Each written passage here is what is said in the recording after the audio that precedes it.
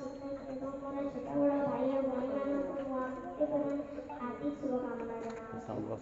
ଆଜିର ଏହି 78ତମ ସ୍ୱାଧୀନତା ଦିବସ ଅବସରରେ ମୋତେ ସର୍ବସମ୍ମୁଖରେ କିଛି କହିବାର ସୁଯୋଗ ମିଳିଥିବାରୁ ମୁଁ ନିଜକୁ ଧନ୍ୟ ମନେ କରୁଛି। ସ୍ୱାଧୀନତା ଏବଂ ସ୍ୱତନ୍ତ୍ରତା ପ୍ରତ୍ୟେକ ବ୍ୟକ୍ତିର ଜନ୍ମଗତ ଅଧିକାର। ପ୍ରତ୍ୟେକ ବ୍ୟକ୍ତି ଚାହେଁ ଯେପରି ସେ ଏକ ସ୍ୱାଧୀନ ଜୀବନ ଲାଭ କରିପାରିବ ଏବଂ ସ୍ୱାଧୀନ ଜୀବନ ସେତେବେଳେ ସମ୍ଭବ ହୁଏ ଯେତେବେଳେ ସେ ଏକ ସ୍ୱାଧୀନ ରାଷ୍ଟ୍ରର ନାଗରିକ ହୋଇଥାଏ ଏବଂ ପରାଧୀନ ରାଷ୍ଟ୍ରର ନାଗରିକମାନେ ଏହି ପରାଧୀନର ଶୃଙ୍ଖଳାରେ ସେମାନେ ନିର୍ଯାତିତ ଓ ନିଷ୍ପେଷିତ ହୁଅନ୍ତି। ଦିନ ଥିଲା ଏହି ଭାରତକୁ ସୁନାର ଦେଶ କୁହାଯାଉଥିଲା। ପରବର୍ତ୍ତୀ ସମୟରେ ଏହି ସୁଜଲା ସୁଫଲା ସତ୍ୟ ଶ୍ୟାମଲା ଭାରତ ହେଲା ପରାଧୀନ।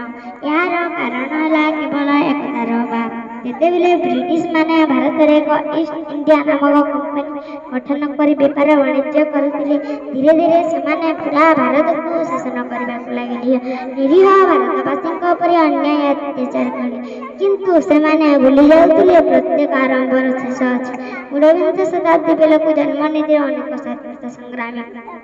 ତାଣ୍ତିଆ ଟୋପି, ଲକ୍ଷ୍ମଣ ନାୟକ, ଝାନ୍ସୀ ରାଣୀ ଲକ୍ଷ୍ମୀବାଇ, ବୀର ସୁରେନ୍ଦ୍ର ସାହେବ ପ୍ରଭୃତି ସଂଗ୍ରାମୀମାନେ ଏହି ମାଟିକୁ ସ୍ୱାଧୀନ କରିବା ପାଇଁ ପ୍ରାଣ ବଳି ଦେଇଯାଇଛନ୍ତି। ପରବର୍ତ୍ତୀ ସମୟରେ ମହାତ୍ମା ଗାନ୍ଧୀଙ୍କ ନୀତିକୁ ଅନୁସରଣ କରି ଭାରତୀୟମାନେ ଅସହଯୋଗ ଆନ୍ଦୋଳନ, ଆଇନ ମାନ୍ୟ ଆନ୍ଦୋଳନ, ଭାରତ ଛାଡ଼ ଆନ୍ଦୋଳନ କରି ଇଂରେଜ ବିରୁଦ୍ଧରେ ସ୍ୱର ଉତ୍ତୋଳନ କରି ଭାରତୀୟମାନଙ୍କର ଏପରି ଏକତା ଦେଖି ଶେଷରେ 1947 ମସିହା ଅଗଷ୍ଟ ମାସ 15 ତାରିଖରେ ଆମ ଭାରତ ସ୍ୱାଧୀନ ଲାଭ କଲା। ସେହି ସ୍ୱାଧୀନତା ସଂଗ୍ରାମୀଙ୍କର ତ୍ୟାଗ ଓ ବଳିଦାନକୁ ମନେ ପକାଇବା ପାଇଁ ଆଜି ଆମେ ଏହି ସ୍ୱାଧୀନତା ଦିବସ ପାଳନ କରୁଛେ। ଏତିକି କହି ମୁଁ ମୋର ବକ୍ତବ୍ୟକୁ ଶେଷ କରୁଛି।